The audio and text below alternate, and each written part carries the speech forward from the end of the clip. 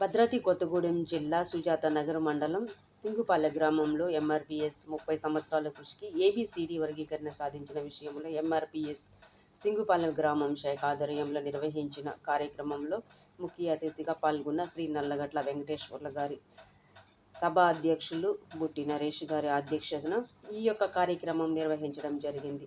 ఈ కార్యక్రమంలో ముఖ్య అతిథిగా కత్తి బాలకృష్ణ, నల్లగట్ల వెంకన్న, చింతాల మోహన్ రావు పాల్గొన్నారు. ఈ కార్యక్రమంలో కత్తి బాలకృష్ణ మాట్లాడుతూ, ఈ మతోన్మాద శక్తుల పీడితుల నుంచి బయటపడాలనే దృఢ సంకల్పంతో యావత్ భారతదేశంలోనే కుల వ్యవస్థను నిర్మూలించిన ఈ చాతుర్వర్ణ వ్యవస్థని స్థాపించి మనల్ని అణగారిన వర్గం కింద దొక్కి మనల్ని చైతన్యవంతులుగా చేయకుండా, మనలో ఉన్న మేధస్సుని బయటపెట్టకుండా మన మేధస్సు మీద ప్రభావం చూపిన ఈ ఆధిపత్య కులాల పెత్తందారి వ్యవస్థ నశించిపోవాలని కంకణబద్దులై భారతదేశానికి భారత రాజ్యాంగాన్ని అందించిన బాబాసాహెబ్ అంబేద్కర్ గారికి ముందుగా నేను జేబీలు తెలియజేసుకుంటున్నాను.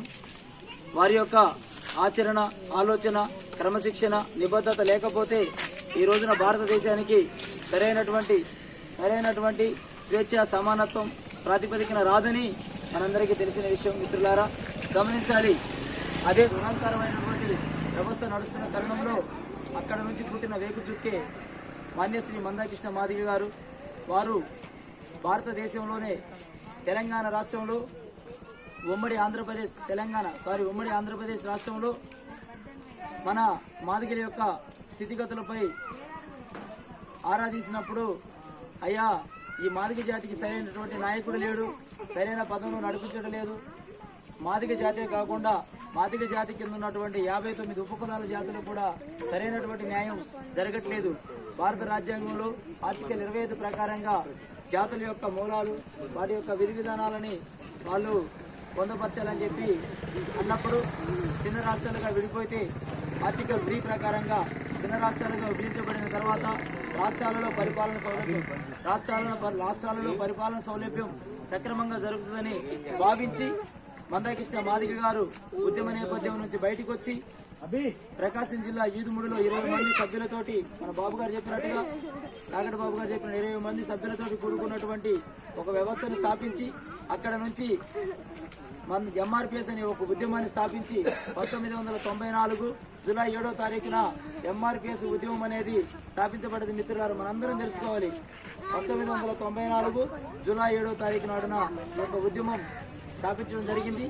ఆ ఉద్యమాన్ని అంచెలంచెలుగా తీసుకుపోతూ ఎన్నో అవమానాలను ఎదుర్కొంటూ, కుటుంబానికి దూరంగా ఉంటూ, నెలలు సంవత్సరాలు ఎన్నో రోజులుగా వేదన పడుతూ, కన్నీరు కారుస్తూ, అయినా సరే మనోవేదనను కోల్పోకుండా మహత్తరమైనటువంటి ఒక కార్యక్రమాన్ని రూపుదాల్చి, ఆ రూపుదాల్చిన దాటిలో ఖచ్చితంగా నా జాతి బిడ్డలకు న్యాయం జరగాలనే ఒక సమానమైన ప్రాతిపదిక రావాలి.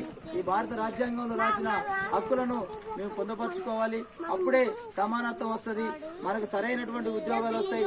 సరైనటువంటి ఉద్యోగాలు వచ్చినప్పుడు ఆర్థిక సమస్యల నుంచి, రాజకీయ సమస్యల నుంచి మనకున్నటువంటి వెసులుబాటును మనం కల్పించుకున్నప్పుడు మన వ్యవస్థలో మనం ఖచ్చితంగా దాన్ని నిర్వర్తించవచ్చనే ఒక దృఢ సంకల్పమైన కంకణబద్దుడై ఉన్నటువంటి ఈ యొక్క మందాకృష్ణ మాదిగ గారి ఆలోచనలో 30 ఏళ్ల నుంచి జరుగుతున్న ఈ ఉద్యమం మొన్న ఆగస్టు 4వ తారీఖు రోజున 7గురితో కూడిన ధర్మాసనం జడ్జిలతో, సుప్రీంకోర్టు జడ్జిలతో ఈ యొక్క నిర్ణయాన్ని పొందుపరిచినప్పుడు ఆ నిర్ణయంలో 6గురు మనకి ఏకీభవించి ఖచ్చితంగా దీన్ని జాతులుగా విభజించుకోవచ్చు, రిజర్వేషన్ ఇవ్వటం సరైనదే, ఏబిసిడి వర్గీకరణ జరిగినప్పుడు ఈ భారతదేశంలోనే కాక రాష్ట్రాలలో ఉన్నటువంటి మాదిగ జాతి కింద ఉన్న ఉపకులాలందరూ కూడా బాగుపడతారు, వారికి ఉద్యోగాలు వస్తాయి, సమానమైనటువంటి ప్రాతిపదికలు ఉంటుందని వారు గ్రహించి చెప్పినప్పుడు అందులో ఒకే ఒక్క జడ్జి గారు బేలా ఎం త్రివేది అనే మహిళ ఈ రిజర్వేషన్లు చెల్లవు, ఈ కొట్టుబాటు ఇది చెల్లదు అని